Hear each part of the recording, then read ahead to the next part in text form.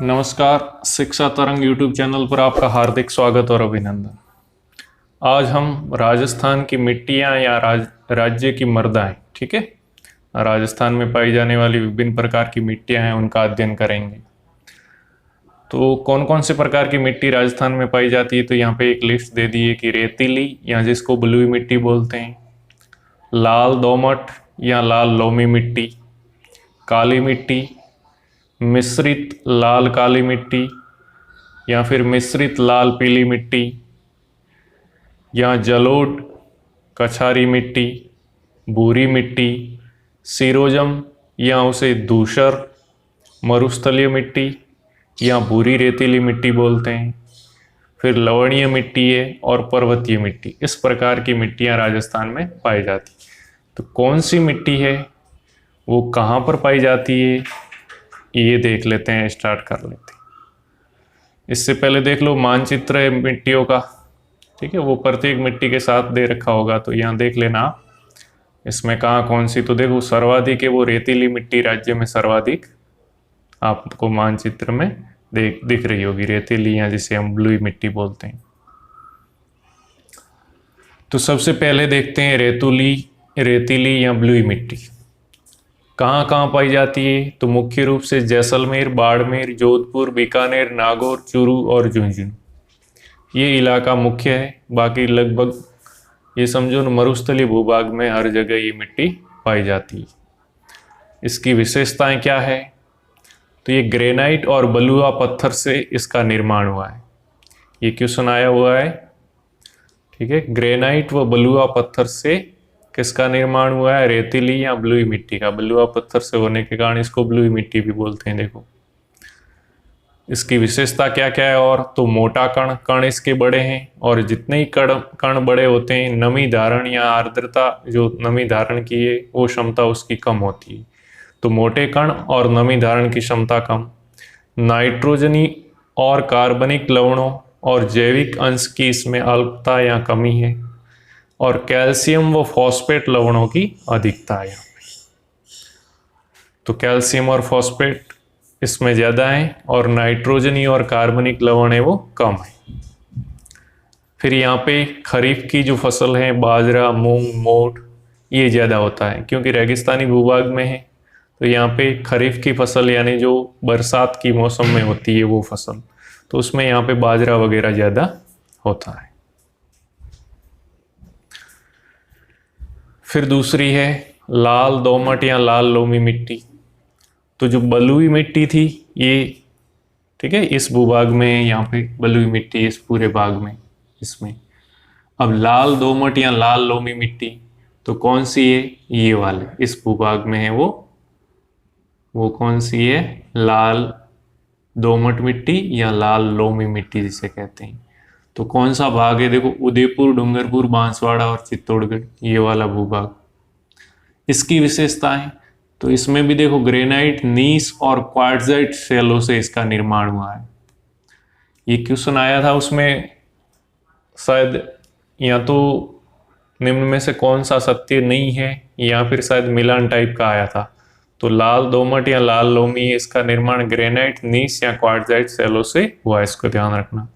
इसके कण है वो बारीक हैं, कण छोटे होते हैं उतनी नमी धारण की क्षमता ज़्यादा होती है। तो ये इसकी नमी धारण की क्षमता है वो ज़्यादा है।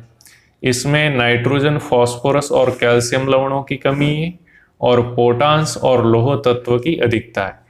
अगर मिट्टी का कलर लाल हो जाता है तो उसमें लौह तत्व अपने आप ज़्यादा होता है, लौह तत्व की अधिकता के कारण ही उसका कलर है वो लाल होता है। फिर यहाँ की फसलों की बात करें तो मक्का, चावल और गन्ने हेतु ये भाग है इस मिट्टी में ज़्यादा होता है, ठीक है, ये उपयुक्त है। फिर बात करें नेक्स्ट की, तो नेक्स्ट है काली मिट्टी। काली मिट्टी का नाम आते ही ये प्रश्न कई बार आता है, कपास के लिए कौन सी मिट्टी उपयुक्त है, तो काली मिट्टी, क से कपास और क से काली मिट्टी। अब काली मिट्टी का क्षेत्र कौन सा है, तो कोटा, बूंदी, बारा, झालावाड़।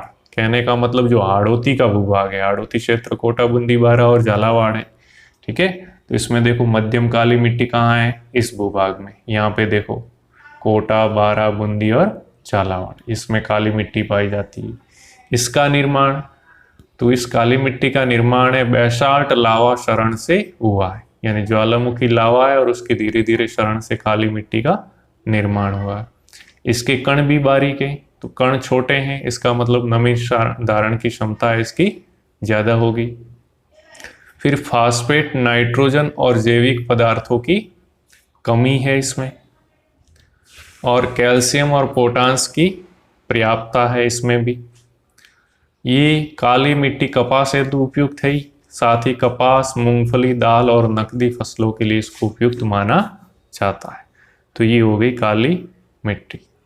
नेक्स्ट है लाल, मिश्रित लाल काली मिट्टी। मिश्रित लाल काली मिट्टी कहाँ है हम देख लेते हैं। तो देखो मिश्रित लाल काली मिट्टी कहाँ है, ये भूभाग में, ठीक है, इस वाले भूभाग में मिश्रित लाल काली मिट्टी, यानी इसमें भी उदयपुर, डूंगरपुर, बांसवाड़ा, चित्तौड़गढ़ और भीलवाड़ा का भूभाग आता है। इसकी विशेषताएं क्या क्या है, फॉस्फेट, नाइट्रोजन, कैल्शियम और कार्बनिक पदार्थों की तो इसमें है कमी, और मालवा की काली मिट्टी का विस्तार है, ठीक है, मालवा मध्य प्रदेश में उसकी जो काली मिट्टी है इसको विस्तार माना जाता है। साथ ही कपास और मक्का हेतु ये उपयुक्त है, क्योंकि ये भी लाल और काली का मिश्रण है, ठीक है, तो यहाँ पे कपास और मक्के हेतु ये उपयुक्त है। ये भूभाग है यहाँ पे होती है। फिर नेक्स्ट ले लेते हैं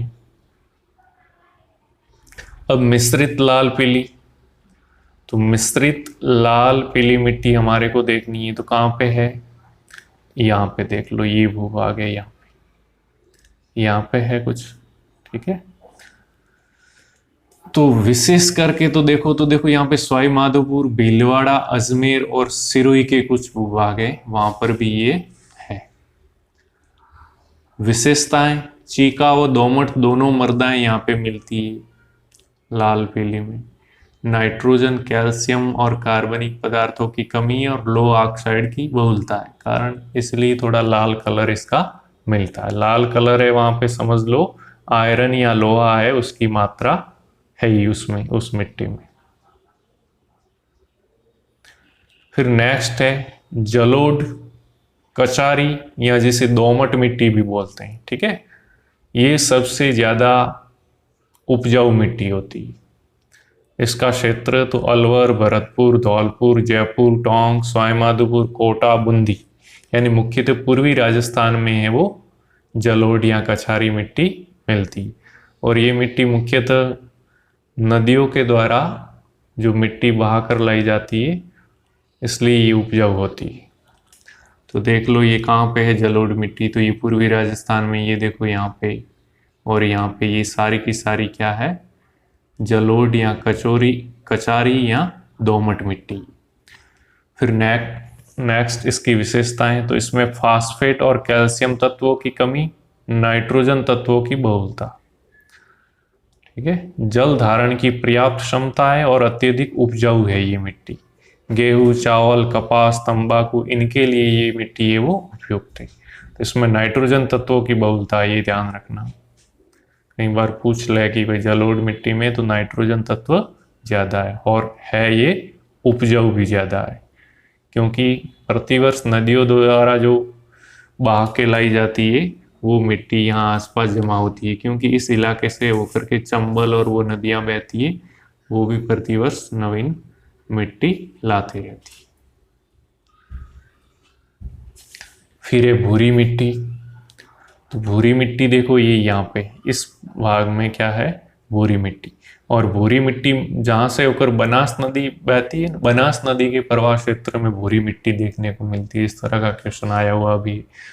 तो क्षेत्र क्या है, भीलवाड़ा, अजमेर, टोंक, सवाई माधोपुर, करौली और राजसमंद। इसमें मुख्यतः बनास का प्रवाह क्षेत्र, यानी बनास नदी के प्रवाह क्षेत्र में भूरी मिट्टी देखने को मिलेगी। इसमें नाइट्रोजन और फास्फोरस तत्वों की कमी या अभाव है, और बनास के प्रवाह क्षेत्र की मृदा है, और कृषि हेतु इसको उपयुक्त माना जाता है। तो ये होगी हमारी भूरी मिट्टी। फिर नेक्स्ट है सीरोजम या धूसर मरुस्थलीय मिट्टी, या जिसे भूरी रेतीली मिट्टी कहते हैं, ठीक है। तो सिरोजम या धूसर मरुस्थलीय मिट्टी या जिसे भूरी रेतीली मिट्टी कहते हैं। तो ये मिट्टी यहाँ आसपास पाई जाती है मुख्य रूप से, ये इस भूभाग में और मुख्य रूप से। वैसे अरावली के पश्चिम में, बांगड़ प्रदेश में, पाली, नागौर, जालोर, झुंझुनू और सीकर, इसमें भी कहीं कहीं ये मिट्टी है वो पाई जाती है। फिर इसकी विशेषता, नाइट्रोजन, जैविक अंश और कार्बनिक पदार्थों की इसमें कमी होती है, रंग पीला भूरा होता है और उर्वरा शक्ति है वो कम होती है। तो ये मुख्यतः बांगड़ प्रदेश का मतलब है जो अर्ध शुष्क प्रदेश था उसमें, जहाँ शेखावटी कह सकते हैं, झुंझुनू, सीकर आ गए, पाली, नागौर, ये बीच का अर्ध शुष्क क्षेत्र, उसमें भी इसकी ये मिट्टी है वो मिलती है। फिर नेक्स्ट है लवणीय मिट्टी। ये गंगानगर, बीकानेर, बाड़मेर और जालोर में पाई जाती है। तो देख लो लवणीय मिट्टी कहाँ है, ये जो क्रॉस किए हुए ये लवणीय मिट्टी है, ठीक है। तो इन जिलों में पाई जाती है। तो यहाँ पे देख लेना कहाँ कहाँ है इस एरिया में, जब जहाँ भी क्रॉस है, देखो क्रॉस है, वहाँ पे लवणीय मिट्टी है जिन जिलों में। तो इसकी विशेषताएं, क्षारीय और लवणीय तत्वों की अधिकता होती है इसमें, इसलिए लवणीय मिट्टी नाम दिया है। और इसकी अधिकता के कारण ही अनुपजाऊ, जितनी क्षारीय या लवणीय मिट्टी होती है वो अनुपजाऊ होती है। प्राकृतिक रूप से निम्न भूभागों में ये मिट्टी पाई जाती है। फिर ये पर्वतीय मिट्टी, नाम से स्पष्ट है, जहां जहां पर्वत होंगे, पर्वत के उपत्यका, ठीक है, उपत्यका का मतलब है पर्वत की तलहटी में।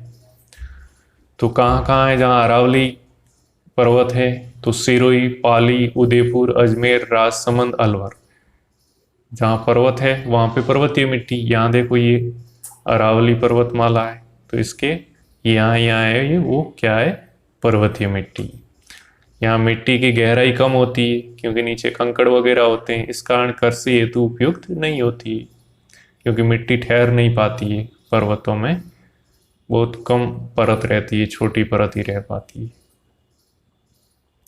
अब राज्य की मिट्टियों का नई पद्धति से वर्गीकरण, तो कभी कभार ये भी पूछ लेता है एरिडोसॉल्स, अल्फीसॉल्स, एंटीसॉल्स, इंसेप्टिसॉल और वर्टिसॉल्स, इन भागों में वर्गीकरण किया है तो कौन सी कहाँ पाई जाती है, ये भी पूछ लेता है, इसलिए मैंने यहाँ बताना आपको जरूरी समझा। तो देख लेते हैं एरिडोसॉल्स, ये वह खनिज मृदा है जो अधिकतर शुष्क और अर्ध शुष्क जलवायु में पाई जाती है। ये प्रश्न पूछा गया है, तो एरिडोसॉल्स कहाँ पाई जाती है, शुष्क और अर्ध शुष्क में, ठीक है, मरुस्थलीय क्षेत्रों में, ये समझ लो। मुख्य रूप से देखो चूरू, सीकर और झुंझुनू ये हो गए शेखावटी, फिर नागौर, जोधपुर, पाली और जालौर, ये है एरिडोसॉल्स, ठीक है। एरिड का मतलब होता है शुष्क, एरिड का मतलब शुष्क होता है, और सॉल्स क्या होता है, मिट्टी, ठीक है। तो जहां अधिकतर शुष्क भागों में पाई जाती है ये एरिडोसॉल्स। फिर ये अल्फीसॉल्स, तो ये जयपुर, दौसा, अलवर, भरतपुर, सवाईमाधोपुर है, टोंक, भीलवाड़ा, चित्तौड़, बांसवाड़ा, राजसमंद, उदयपुर, डूंगरपुर, बूंदी, कोटा, बारा और झालावाड़ में पाई जाती है। कहने का मतलब ये पूर्वी राजस्थान में अधिकतर, ठीक है, दक्षिणी पूर्वी राजस्थान में। प्रोफाइल मध्यम से पूर्ण विकसित, और इसकी जलवायु क्षेत्र की बात करें तो उप आर्द्र और आर्द्र जलवायु प्रदेशों में ये मिट्टी मिलती है। हमने जलवायु प्रदेशों का वर्गीकरण किया था, तो शुष्क, अर्धशुष्क, उप आर्द्र, आर्द्र और अति आर्द्र में किया था। तो ये अल्फीसॉल्स कहाँ मिलती है, उप आर्द्र और आर्द्र जलवायु प्रदेशों में मिलती। फिर एंटीसॉल्स पश्चिमी राजस्थान के लगभग सभी जिलों में पाई जाती है। इसका रंग प्राय हल्का पीला भूरा होता है और इसमें भिन्न भिन्न प्रकार की जलवायु की मृदा का समावेश है, ये इसकी विशेषता। तो ये भी पश्चिमी राजस्थान के शुष्क क्षेत्रों में पाई जाती है एंटीसॉल्स। फिर नेक्स्ट है इंसेप्टिसॉल्स, ये अर्ध शुष्क से आर्द्र जलवायु तक पाई जाती है।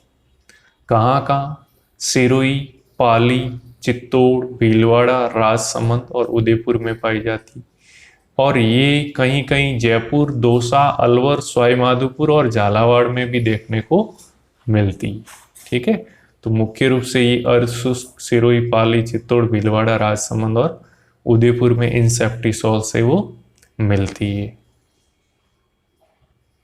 फिर वर्टिसॉल्स, ये देखो हाड़ौती में कोटा, बूंदी, बारा और झालावाड़, ये हाड़ौती कहलाता है। और हाड़ौती में मिलती है वो सॉइल या जो मिट्टी है वो वर्टिसॉल्स। ठीक है, इसके कुछ क्षेत्र भरतपुर, सवाईमाधोपुर, चित्तौड़, बांसवाड़ा और डूंगरपुर में भी है। और ये आर्द्र और अति आर्द्र जलवायु प्रदेश की मिट्टी है। तो मिलान करने का आया था, उसमें आपको वर्टिसॉल्स को मिलाना था आर्द्र और अति आर्द्र जलवायु से, एरिडोसॉल्स को जैसे मिलाना था शुष्क और अर्धशुष्क क्षेत्रों से। तो इस तरह इनको हमारे को मिलाना था। ठीक है, इससे पहले देखो इंसेप्टिसॉल्स अर्धशुष्क से आर्द्र जलवायु में मिलेगा। फिर इससे पहले एंटीसॉल पश्चिमी राजस्थान में यानी शुष्क प्रदेश में ही है।